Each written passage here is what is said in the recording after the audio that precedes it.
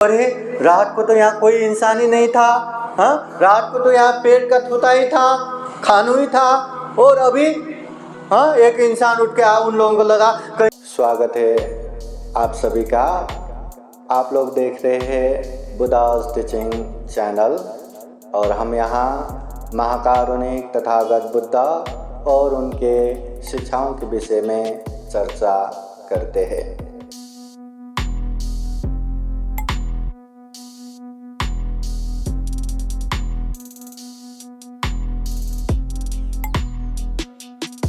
समन्ता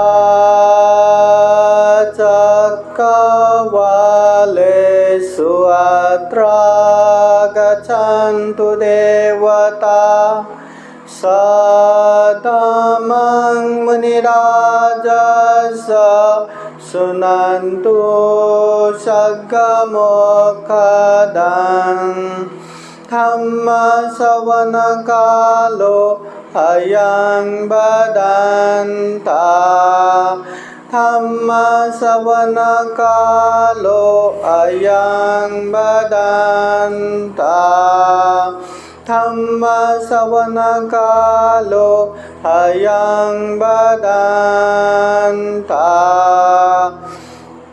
नमो तस्स भगवतो अरहतो सम्मा सम्बुद्धास्स।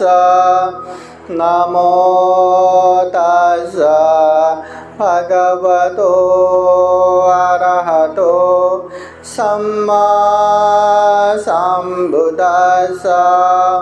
नमो तस्स भगवतो अरहतो सम्मा सम्बुद्धास्स। यो च वत्सशतं जीवे दोपान्यो असमाहितो एकाहं जीवितं शय्यो पञ्चवन्तः जायिनो। सर्वप्रथम महाकारुणिक तथागत भगवान बुद्ध को त्रिवार वंदना।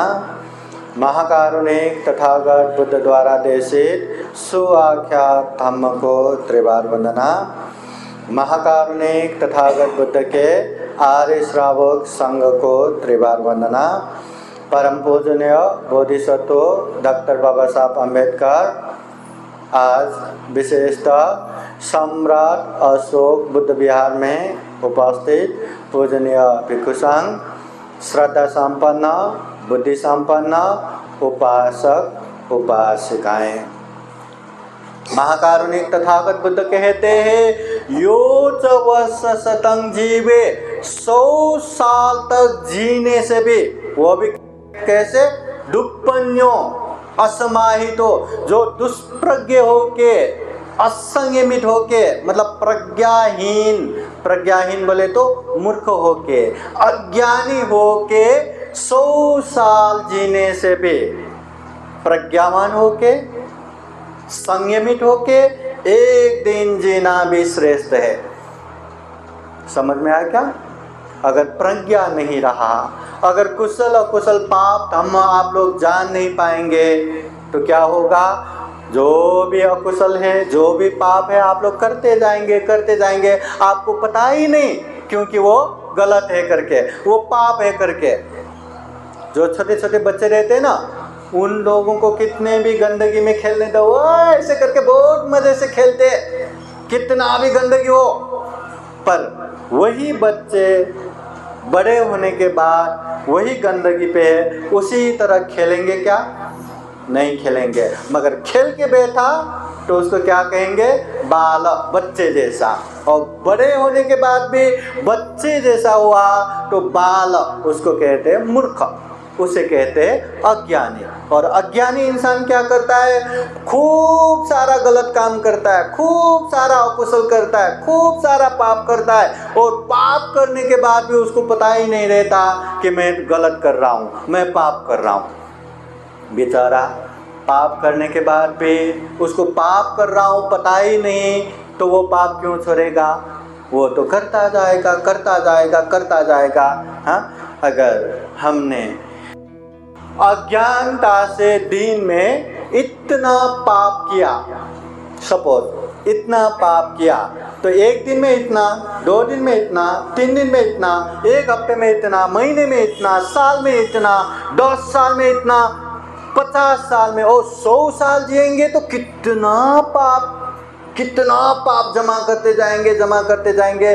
अरे यहाँ थोड़े थोड़े पाप भी बहुत बड़े बड़े दुख कष्ट का कारण बनता है।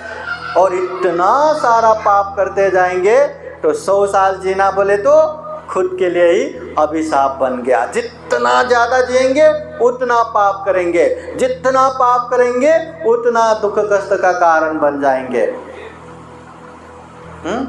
इसलिए तथागत बुद्ध कहते हैं, प्रज्ञाहीन होके, दुष्प्रज्ञ होके, असंयमित होके 100 साल जीने से भी संयमित होके, प्रज्ञावान होके एक दिन जीना ही श्रेष्ठ है।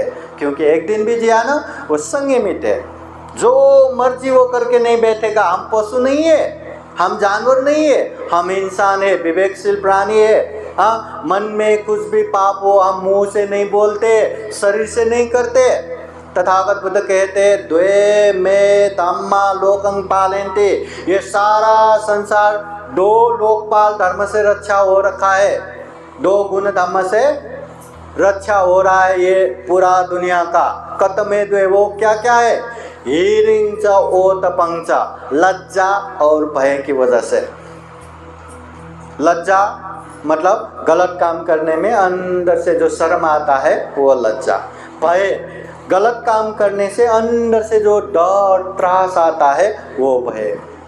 हम में वो लज्जा और भय है, इसलिए हम संयमित है। अगर वो लज्जा और भय नहीं रहा ना, इंसान नहीं रहेगा, वो पशु जैसा व्यवहार करने लगेगा। लाज नहीं, डर नहीं, कुछ भी करेगा। इसलिए तो तथागत बुद्ध कहते हैं ना, सुरा मेरे मज्जपमादत्ताना वेरमणि, अमल नशापता सेवन मत करो, दारू पियो न का। इसलिए तो कहते हैं ना, दारू नशा पीने के बाद क्या होगा? इंसान होके भी पशु जैसा व्यवहार करने लगेगा। उसको पाप करने में डर भी नहीं, पाप करने में भय भी नहीं, कुछ भी करेगा, कुछ भी बोलेगा, है ना। लज्जा और भय नहीं रहा तो ये दुनिया झगड़ा कलह का रण क्षेत्र बन जाएगा। इसलिए तथागत बुद्ध कहते हैं, ये लज्जा भय जब तक है तब तक इंसान है और दुनिया सेफ है। जब ये लज्जा भय नहीं रहा तो खत्म। इसलिए ये लज्जा भय होना चाहिए पाप करने में। हाँ, मगर जो अज्ञानी रहेगा, जो मूर्ख रहेगा, वो पाप करने के बाद भी मैं पाप कर रहा हूँ उसको पता ही नहीं रहेगा, वो करता जाएगा और उसी वजह से बहुत सारे पाप संकलन करके बहुत सारे दुख कष्ट का कारण बन जाएगा। और प्रज्ञावान रहा तो वो गलत काम करेगा ही नहीं, पाप करेगा ही नहीं। हाँ, करना भी पड़ा या कर भी लिया तो उसको तुरंत होश आएगा, अरे मैंने तो ये पाप कर लिया। हाँ, उसको होश आएगा, वो आगे से करेगा ही नहीं। जैसे जो ये आग जल रहा है ना, हाँ, एक बच्चे आग देख के कितना अच्छा है, पिल जल रहा है ना, दौड़ के वो ऐसा पकड़ेगा, ऐसे पकड़ेगा कि उसके हाथ में बहुत ही जलेगा, ऐसे रोएगा, ऐसे चिल्लाएगा, है ना। अभी वो आग जलाता है, सबको पता है। बड़े कोई आग पकड़ेगा क्या, छोएगा क्या? नहीं। अगर ये छोटे छोटे आग पकड़ना भी पड़े ना, ऐसे पकड़ते कि वो हमें जला नहीं पाएंगे। उसी तरह प्रज्ञावान व्यक्ति एक तो पाप नहीं करेगा, पाप करना ही पड़े तो बहुत बच के, संभल के, संयमित होके करेगा ताकि उसका कोई भी पाप ना लगे। इसलिए महाकारुणिक तथागत बुद्ध कहते हैं, देखो ज़्यादा जीन जीना ये मायने नहीं रखता, ज़्यादा से ज़्यादा सालों साल जीना ये मायने नहीं रखता। हमारा उम्र ये जो जन्म होके मरण तक का वो गिनती नहीं करना। हमारा वास्तविक उम्र तो जब से हमने धम्म में कदम रखा, जब से हमने धम्म में आगे बढ़ा, वही हमारा एक्चुअल में सही मायने में हमारा उम्र है। हाँ, धम्म में भी एक है भक्ति मार्ग, एक है ज्ञान मार्ग। धम्म करने वाले सुबह से शाम तक बिहारी आते रहेंगे, भगवान बुद्ध को ही पूजा करते रहेंगे, बाबा साहब को ही पूजा करते रहेंगे और यहीं बैठ के ग्रंथ ही पढ़ते रहेंगे, भजन ही करते रहेंगे, कीर्तन ही करते रहेंगे, बैठे रहेंगे। तो ये क्या हुआ? भक्ति मार्ग। और भक्ति मार्ग सबके लिए सही नहीं रहता। अब जिसका उम्र हो चुका है, जो बुढ़ापे में है, उन लोगों के लिए अच्छा है। हाँ, और जिसका समय है, शरीर में बल है, ताकत है, उन लोगों के लिए ज्ञान मार्ग। ज्ञान मार्ग बोले तो हम बुद्ध को पूजा करेंगे। कैसे करेंगे? इमाय धम्मानुधम्म प्रतिपत्तिया बुद्धं पूजयामि। बुद्ध को पूजा करेंगे कैसे? धम्म अनुसार धम्म आचरण करके। वैसे ही धम्म को पूजा करेंगे धम्म अनुसार धम्म आचरण करके। संघ को पूजा करेंगे धम्म अनुसार धम्म आचरण करके, व्यवहार में पालन करके। दान देना चाहिए। अरे सुनने में बहुत अच्छा लगता है, दान देना चाहिए, दान देना चाहिए, बहुत कंठस्थ करके रखा, पर बेचारा जिंदगी में कभी दान ही न दे तो उसका फायदा होगा क्या? शीलं रखन्तु सर्वदा, शील पालन करना चाहिए, शील पालन करना चाहिए, हमेशा शील पालन करना चाहिए, पर बेचारा कभी शील पालन ही न करे, केवल पाठ ही करके बैठेंगे तो कोई फायदा होगा क्या? ध्यान भावना करना चाहिए। ध्यान करने से मन एकाग्र होगा, ध्यान करने से चित्त परिशुद्ध होगा, ध्यान करने से समाधि होगा, ध्यान करने से प्रज्ञा वृद्धि होगा, ध्यान करने से दुख मुक्त होगा। पर बेचारा प्रैक्टिकली वो कभी ध्यान ही नहीं करे तो वो ध्यान का कोई लाभ होगा क्या? कोई फायदा होगा क्या? नहीं। इसलिए ये महाकारुणिक तथागत बुद्ध का धम्म जानना है, समझना है, पालन करना है। इसलिए तथागत बुद्ध कहते हैं प्रज्ञावान होके, संयमित होके एक दिन जीना भी श्रेष्ठ है, बिना प्रज्ञा के असंयमित होके 100 साल जीना भी कोई मतलब नहीं, कोई फायदा नहीं। महाकारुणिक तथागत बुद्ध श्रावस्ती के जेतवन बुद्ध विहार में रहते समय ये खानु कौंडन्य के कारण, एक कौंडन्य स्थापित के कारण ये उपदेश देते हैं। अभी कौंडन्य बोले तो तुरंत हमारे मन में आते हैं पंचभद्र वर्गीय। पंचभद्र वर्गीय में सबसे ज्येष्ठ कौन है? कौंडन्य। उसके बाद वप महानाम पद्य असजे। और ये पंचभद्र वर्गीय किस विषय में प्रसिद्ध है? तथागत बुद्ध होने के बाद सर्वप्रथम भिक्षु शिष्य होने वाले, सर्वप्रथम शिष्य होके दुख मुक्त अनंत होने वाले ये पंचभद्र वर्गीय। हाँ, तो वो कौंडन्य होगा। अब ये कौंडन्य स्थापित दूसरा है। श्रावस्ती जेतवन बुद्ध विहार में रहते समय अभी महाकारुणिक तथागत बुद्ध के उपदेश सुनने के लिए ढेर सारे भिक्षु भिक्षुनी उपासक उपासिकाएं आते रहते हैं। और उपासक उपासिकाएं जैसे जैसे ज्ञान प्राप्त होता है या जैसे जैसे ज्ञान प्राप्ति की तरफ आगे बढ़ना रहता है, या यूं कहे तो मन में वैराग्य उत्पन्न होता है, अरे जीवन दुख कष्ट के सिवा कुछ भी नहीं है, अभी मुझे ये दुख कष्ट से मुक्त होना है, मुझे ये दुखों से मुक्त होना है, मैं घर गृहस्थ परिवार में रह के दुख मुक्त नहीं हो पाऊंगा, अभी मैं बुद्ध के शिष्य बन के, भिक्षु भिक्षुनी बन के दुख मुक्ति के मार्ग पे चलता हूँ करके ऐसे भिक्षु भिक्षुनी बनने वाले भी बहुत सारे रहते हैं। तो ऐसे ही भिक्षु भिक्षुनी बन के वो लोग तथागत बुद्ध से कर्मस्थान भावना सीख के दुख मुक्ति तक का मार्ग सीख के अपने अपने जगह पे जाके ध्यान करने जाते थे। तो वैसे ही ये कौंडन्य स्थविर भी तथागत बुद्ध के पास भिक्षु बन के तथागत बुद्ध से कर्मस्थान भावना सीख लिया। कर्मस्थान भावना बोले तो समथ ध्यान, विपස්සना ध्यान, और कैसे दुख मुक्ति तक पहुंचना है, सारा ध्यान सीखने के बाद अब अभ्यास करना है। और अभ्यास करने के लिए अपने हिसाब से कोई एक सुनसान जगह, कोई जंगलों में, कोई बगीचे में, कोई ऐसे एकांत जगह पे जाके ध्यान करते थे। तो ये कौंडिन्य स्थविर भी तथागत बुद्ध से अनुमति लेके कर्मस्थान भावना सीख के गए वो अभ्यास करने के लिए दूर जंगल में जाके जैसे तथागत बुद्ध ने सिखाया था वैसे ही ध्यान करने लगा, अभ्यास करने लगा।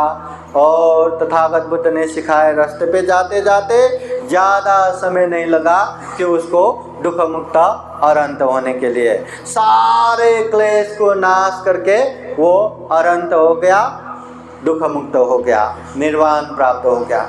अभी निर्वाण प्राप्त होने के बाद उसके मन में इतना प्रीति उत्पन्न हो रहा है कि उसको लगा कि मैंने जो ज्ञान प्राप्त किया अब तथागत बुद्ध के पास जाके बुद्ध को एक बार बताना है। दुख मुक्त हुआ है, अनंत हुआ है, बुद्ध को बताने की इच्छा हुआ, हाँ बताएंगे करके अभी वो बुद्ध के तरफ या श्रावस्ती की तरफ आ रहा था। आते आते एक जगह थक भी गया। उन जमाने में पैदल ही चलना है, हाँ ऐसे पहाड़ों में जंगलों में यहाँ वहाँ चलते चलते आते थक भी गया, अंधेरा जैसा हो गया। अभी रात तो बिताना है, कहाँ बिताऊं? तो उसने एक बहुत बड़ा पत्थर देखा, चलो आज की रात यहीं पत्थर के आश्रय लेके रात गुजारेंगे। रास्ते के नज़दीकी बहुत बड़ा पत्थर था, वहीं ध्यान करते करते रात गुजारने लगा। अभी अनंत हुआ है, दुख मुक्त हुआ है, शांत से ऐसे ध्यान करने लगा कि जैसे मतलब हिल भी नहीं रहा, आराम से ध्यान करके करते करते रात बिताने लगा। उस समय एक घटना ऐसा भी हुआ कि 500 चोर, एक दो चोर नहीं 500 चोर एक गांव में चोरी करके अरे जो हाथ में आया वो गठरी बांध के एक गठरी लेके वो लोग भी गांव से भागते आ रहा था। आते वही जगह पहुंचा, वो लोग भी थक गया, अंधेरा हो गया, तो चलो आज के रात यहीं रुकेंगे, कल देखा जाएगा। तो सब लोग वही पत्थर के आश्रय में वो लोग भी बैठने लगा। भंते अभी अंधेरा है, भंते ध्यान कर रहा था तो किसी को लगा ही नहीं कि वहाँ कोई इंसान भी है, वहाँ कोई भंते भी है। अभी हिल भी नहीं रहा था, ध्यान कर रहा था। तो ऐसा लगा कि ये कोई सूखा हुआ पेड़ का ठुटाई होगा, सूखा हुआ पेड़ ही होगा। किसी ने तो जो गठरी लाए थे वो पंडित जी के ऊपर ही डाल दिया, और दूसरे ने भी और उसका भी गठरी डाल दिया, और बाकी सब ने यहाँ वहाँ डाल के यहाँ वहाँ सोने लगा। अभी चोर है, इतना मेहनत से गांव में चोरी करके लाया, गठरी भर के पकड़ के इतना दूर आया, थक गया, ऐसे ही रख के सो गया। अभी सोना भी कितना पूरा उजाला हो गया तो गांव के लोग पीछा करते करते आएंगे ना, तो इसलिए जैसे ही सुबह हो गया सब लोग जाग के चलो अभी जाएंगे, यहाँ से भागेंगे करके सब लोग अपना अपना गठरी पकड़ के जाने लगा। अब पकड़ते सब लेते वो भंते के ऊपर भी जो डाला था वो गठरी भी उठाया और चलने लगा। तो वो गठरी उठाया तो भंते जी फिर वहाँ उठने लगा, उठ के खड़ा हो गया तो अरे रात को तो यहाँ कोई इंसान ही नहीं था, रात को तो यहाँ पेड़ का थूता ही था, खानू ही था, और अभी एक इंसान उठ के उन लोगों को लगा कहीं ये भूत प्रेत तो नहीं। सब लोग चिल्ला सुबह का उजाला का समय है, ऐसे उठ के आया तो इतना डर गए, अरे भूत प्रेत ऐसा करते सब भागने लगा। फिर भंते जी करुणावान औरत हो चुके वो भंते जी, अरे रुको, मैं कोई भूत प्रेत नहीं हूँ, मैं इंसान हूँ, मैं प्रवजित हूँ, मैं भिक्षु हूँ, रुको। तो ऐसा कहने के बाद सब लोग वापस आते, सही में इंसान है क्या? ध्यान से देखने के बाद अरे ये तो इंसान ही है, संन्यास है, बनते हैं और रात भर हमने उसके ऊपर गठरी भी डाला, इतना भार उनके ऊपर भी डाला, फिर भी बिना हिलडुल ऐसे ही ध्यान करता रहा। ये सामान्य इंसान नहीं कर सकता। एक तो रात भर बिना कुछ करे ध्यान करके बैठे, उसमें भी दो पहाड़ी तो उनके ऊपर ही डाला था। उन लोगों को लगा कि ये पेट का कटा हुआ ठुटाई होगा, उसके ऊपर ही डाला था, फिर भी बिना हलचल किए ऐसे ही ध्यान करता रहा। ये छोटे मोटे इंसान नहीं होगा। हाँ, ऐसा सोच के वो 500 चोरों में जो सरदार रहता है ना, प्रमुख, हाँ, वो अभी तुम लोगों को क्या करना है करो, मैं तो ये चोरी वोरी छोड़ के अभी इसके शरण जा रहा हूँ।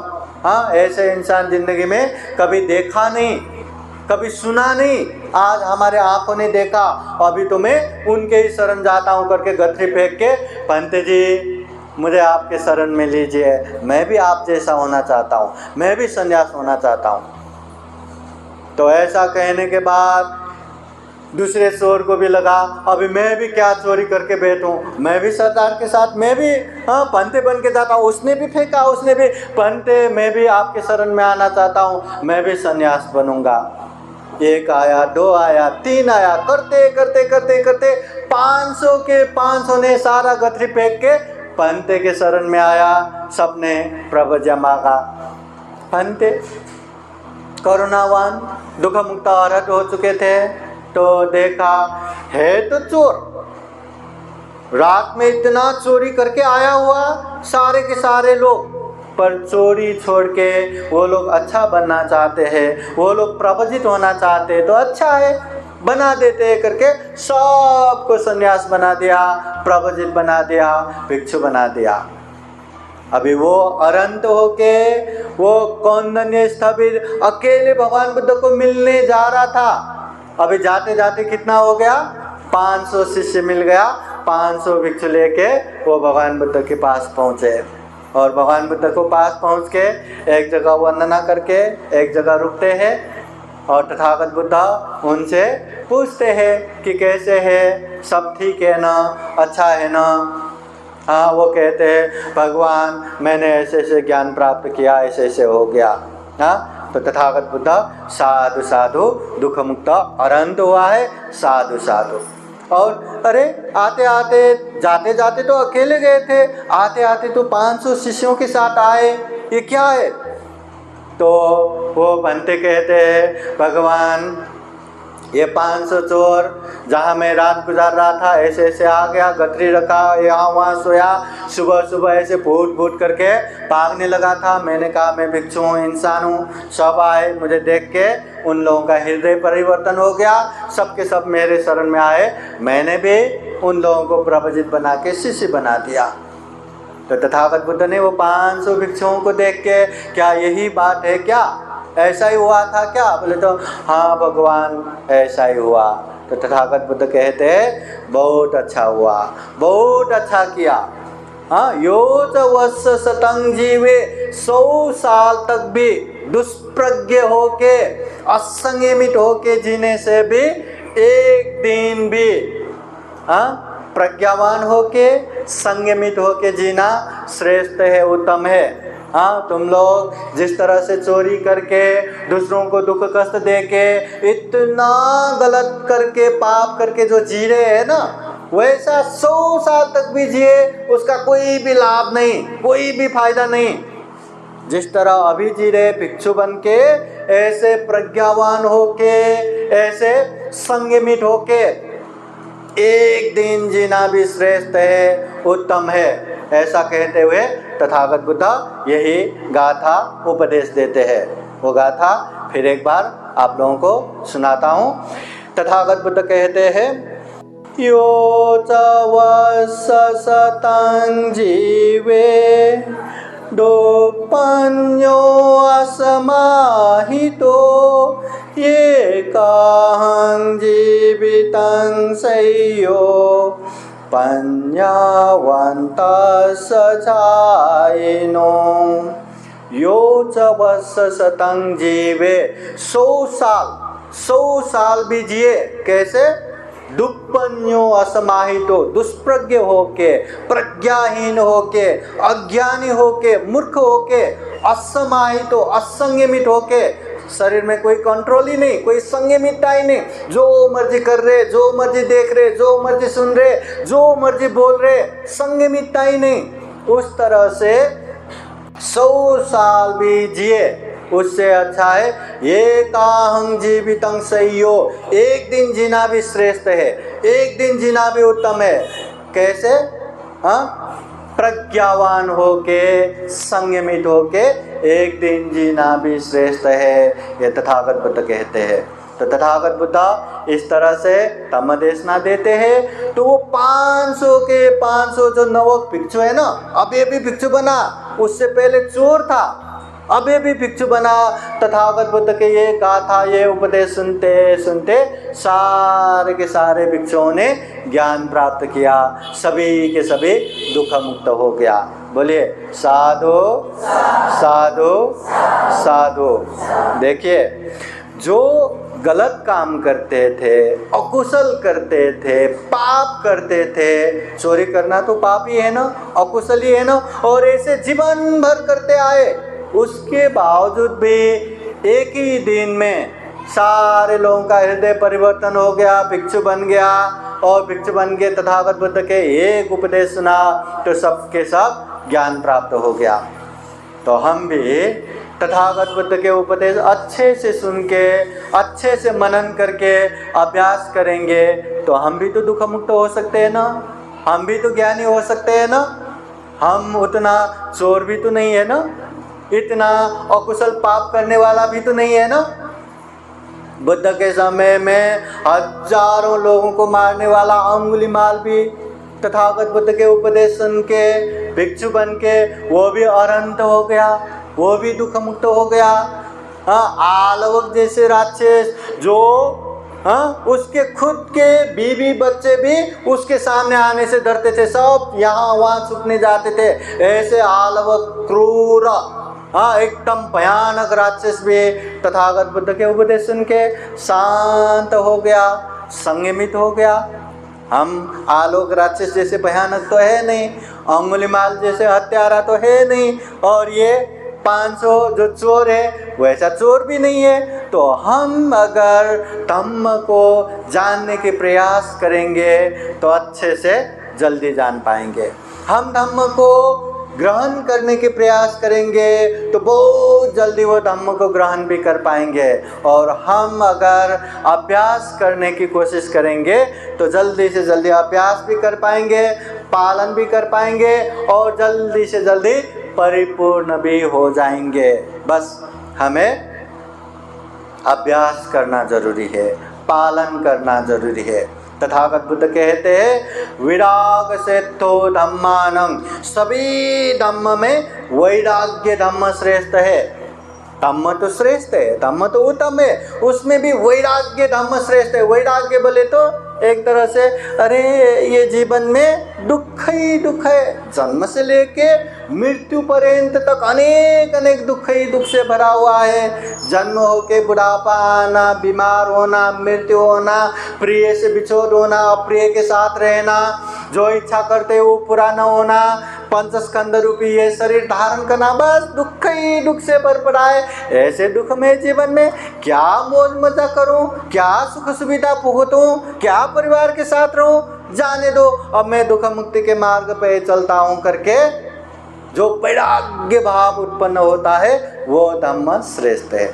एक बार वैराग्य धम्म उत्पन्न हुआ ना तो वो इधर उधर ऐसा वैसा करके नहीं बैठेगा, बस एक ही टारगेट, दुख मुक्त ही होना है। जिस तरह हमारे हाथ में कहीं से गंदगी का छींटा आ गया तो हम क्या करेंगे? हाँ, अरे अपना ही हाथ है, अपना ही हाथ है, अपने ही हाथ में वो गंदगी आया है, रहो दिया, रहने दो, अभी मैं बहुत बिजी हूँ, बहुत काम है मुझे, यहाँ जाना है, वहाँ जाना है, ये करना है, वो करना है, सारा काम निपटा लूँगा, बाद में आराम से इसको साफ करूँगा। ऐसा करके वो गंदगी लेके वो घूमते रहते क्या? नहीं, जैसे गंदगी आया तुरंत साफ करते हैं। अगर हम कहीं काम पे निकल रहे और हमारे सर पे आग लग गया तो हम क्या करेंगे? अरे अपना ही सर है ना, अपने ही सर पे आग लगाया, रहो क्या, रहने दो, हाँ मैं बहुत बिजी हूँ, पहले सारा काम निपटा लूँगा फिर आराम से ये आग बुझाऊँगा, ऐसा कहते हुए वो सारा काम करके बैठेगा या पहले आग बुझाएगा? आग बुझाएगा। आग बुझाए बिना इधर उधर गया तो वो तरफ तरफ के मर जाएगा, है ना? हाँ, जिस तरह हमारे छाती पे बाण लगाओ तो अरे अपना ही छाती है, हाँ अपने छाती पे बाण लगाए, रहने दो मैं बहुत बिजी हूँ, यहाँ वहाँ सब काम करके बाद में आराम से निकाल के मलम पट्टी करूँगा, ऐसा करके बैठेंगे या पहले बाण निकाल के मलम पट्टी करेंगे? बाण निकाल के मलम पट्टी करेंगे। ये जो आँखों से दिखता है वो सारा का सारा समझता है। और इतना दुर्लभ जीवन मिला है, प्राणी जगत में सर्वश्रेष्ठ जीवन मिला है, इंसान से श्रेष्ठ बाकी कोई भी प्राणी नहीं है। हम में चिंतन मनन शक्ति है, विवेक बुद्धि है, प्रज्ञा है, अच्छे बुरे पाप धर्म कुशल अकुशल योग्य अयोग्य उचित अनुचित हम अच्छे से जान सकते हैं। और इतना ही नहीं, सारे पापों से दूर हो सकते हैं, सारे कुशल धम्म में आगे बढ़ सकते हैं। ये इंसान ही कर सकता है, इंसान के अलावा बाकी कोई भी जीव जंतु पशु पंछी कीट पतंग कोई भी नहीं कर सकता। इतना दुर्लभ जीवन मिला है, वो भी नित्य नहीं, बरका नित्य नहीं, शाश्वत नहीं, ध्रुव नहीं, अजर नहीं, अमर नहीं, और अंदर पूरा गंदगी दौड़ रहा है।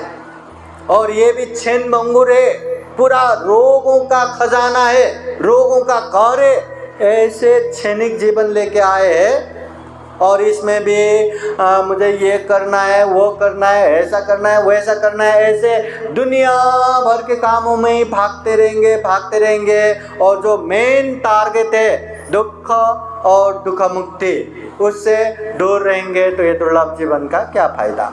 इसलिए तथागत बुद्ध कहते हैं जीवन में जरा जीर्ण मरण रूपी आग जल रहा है, निरंतर आग जल रहा है। हम न चाहते हुए भी बुढ़ापे की तरफ जा ही रहे, हम न चाहते हुए भी बीमारी की तरफ भाग रहे, हम न चाहते हुए भी मृत्यु की तरफ दौड़ लगा रहे। कब कहाँ कैसे ये जीवन खत्म होगा हमें पता नहीं। ऐसे जीवन लेके आए हैं, इसलिए बाकी चीज तो होता रहेगा, पर दुख और दुख मुक्ति ये हमारा प्रमुख प्रायोरिटी होना चाहिए, जीवन का प्राथमिकता होना चाहिए। ये तथागत बुद्ध कहते हैं जिस तरह आग सर पे लगाओ सबसे पहले आग बुझाना चाहिए, जिस तरह ये छाती में बाण लगाओ पहले बाण निकाल के मलम पट्टी करना चाहिए, उसी तरह ये जरा जीर्ण मरण रूपी आग जल रहा है। ये जीवन में सबसे पहले दुख को जान के दुख मुक्ति की तरफ बढ़ना ही ये बुद्धिमानी है, इसी में हमारा भला होगा, कल्याण होगा, ये तथागत बुद्ध कहते हैं। इसलिए उपासक उपासिकाएं हमें भी जीवन में खूब सारा पुण्य धम्म करना है, कुशल को कुशल, अकुशल को अकुशल, पाप को पाप, धम्म को धम्म अच्छे से जानना है। ये जितने भी गलत है अकुशल है उससे दूर रह के अच्छे पुण्य कार्य में आगे बढ़ना है। अगर अच्छे करते करते जिएंगे तो हर दिन थोड़ा थोड़ा थोड़ा थोड़ा करके इतना पुण्य जमा होगा, इतना पुण्य जमा होगा कि जीवन में खूब सारा सुख शांति आएगा। जितना जिएंगे अपने लिए वरदान साबित होगा। अगर गलत काम करके पाप करके हम जितने जिएंगे उतना हमारे लिए ही अभिशाप बनेंगे, जितना जिएंगे उतना ही दुख अशांति का कारण बनेंगे। इसलिए हमें जीवन में अच्छे बुरे पाप कुशल को पहचान करके अच्छे ही करना है। अच्छा करना आसान नहीं है, सही है, आसान नहीं है, और बुरे चीज़ों से दूर रहना ये भी आसान नहीं है, क्योंकि बचपन से लेके हमने बुरे इतना किया, आदत बन गया। और पुण्य करने की इतना आदत नहीं है, थोड़ा भी करो तो ये मन मानता ही नहीं, बहुत आलस होता है। इसलिए जानो, ये पहचानो कि गलत अकुशल करेंगे तो जीवन में दुख पीड़ाई आएगा, खुद के लिए भी दुख पीड़ा, अपनों के लिए भी दुख पीड़ा। और पुण्य करेंगे, धम्म करेंगे तो खुद के लिए भी सुख शांति आएगा, अपनों के लिए भी सुख शांति आएगा। अच्छे से जानो समझो और पुण्य इतना करो, इतना करो, इतना करते जाओ, इतना करते जाओ कि ये जीवन में एक आदत ही बन जाए। दान देने की इतनी आदत बन जाए, आप चाहो न चाहो दान होता रहेगा। शील पालन करने के इतने आदत बनाओ कि आप चाहो न चाहो शील पालन होता रहेगा। ध्यान करने की इतनी आदत बनाओ कि आप चाहो न चाहो ध्यान होता रहेगा।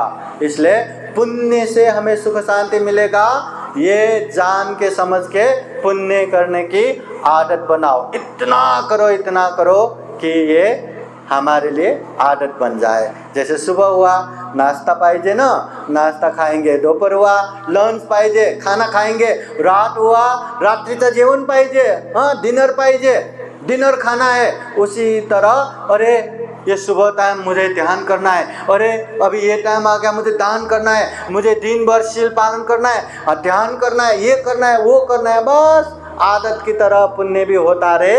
ऐसा करेंगे तो जीवन में खूब सारा पुण्य धम्म होगा, खुद के लिए सुख शांति का कारण होगा और खुद के जीवन के लिए भी वरदान होगा। इसलिए महाकारुणिक तथागत बुद्ध स्पष्ट कहते हैं, अज्ञानी मूर्ख होके, असंयमित होके 100 साल जिया उसका कोई फायदा नहीं। संयमित प्रज्ञावान होके एक दिन भी जिया तो वो श्रेष्ठ है, वो उत्तम है। तो हम यही कामना करेंगे, हम भी प्रज्ञावान होके जी सके, हम भी संयमित होके जी सके और खूब सारा पुण्य धम्म कर सके, अकुशल पाप से दूर रह सके और जीवन में ढेर सारा पुण्य धम्म करते करते ये दुर्लभ, यह अमूल्य, ये सर्वश्रेष्ठ मनुष्य जीवन को सफल बना सके, सार्थक बना सके, ऐसी कामना करते हुए आज का ये धम्म देशना यहीं समापन करते हैं। सबका मंगल हो, सबका कल्याण हो। भवतु सब मंगलम। साधु साधु साधु। धम्म देशना के अंत में आप सभी को बुद्धवाणी पाली गाथा द्वारा आशीर्वाद देते हैं। आप लोगों के जीवन में हमेशा हमेशा बुद्ध का आशीर्वाद रहे, धम्म का आशीर्वाद रहे, संघ का आशीर्वाद रहे और खूब सारा पुण्य धम्म करते हुए सभी दुखों से मुक्ता निर्वाण भी प्राप्त कर सके, ऐसी कामना करते हुए बुद्धवाणी पाली गाथा द्वारा आशीर्वाद देते हैं। श्रद्धापूर्वक आशीर्वाद ग्रहण करने के लिए 3 बार साधु साधु बोलिए। सवेतियो विवजान्तो सापरोगो विनाशतो माते भवत्वन्तरायो सुखे दीर्घायुको भव। भवतु सर्वमङ्गलं रक्षन्तु सर्वदेवता सर्वबुद्धानुभावेन सदा सोते भवन्तु ते। भवतु सर्वमङ्गलं रक्षन्तु सर्वदेवता सर्वधर्मानुभावेन सदा सोते भवन्तु ते। भवतु सर्वमङ्गलं रक्षन्तु सर्वदेवता सर्वसङ्गानुभावेन सदा सोते भवन्तु ते। एचितां भासितां द्वय्याङ्गे पमेव समेजतु सापे पुरेन्तु चेतसङ्घापा छन्दोपन्नरसो यथा आयु आरोग्य सम्पाति सर्ग सम्पातिमेव च अतो निब्बान सम्पाति हिमिनाते समेजतु। साधु साधु साधु। बुद्धं नमामि, धम्मं नमामि, संघं नमामि, अहं वन्दामि सर्वदा।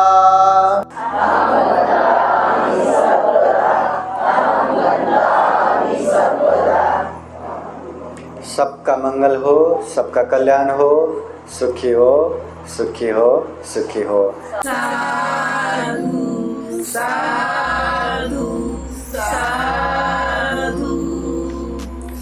बुद्धं नमामि, बुद्ध को नमन करता हूँ।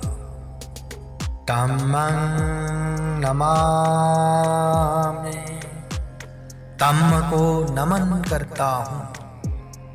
संघं नमामि, संघ को नमन करता हूँ।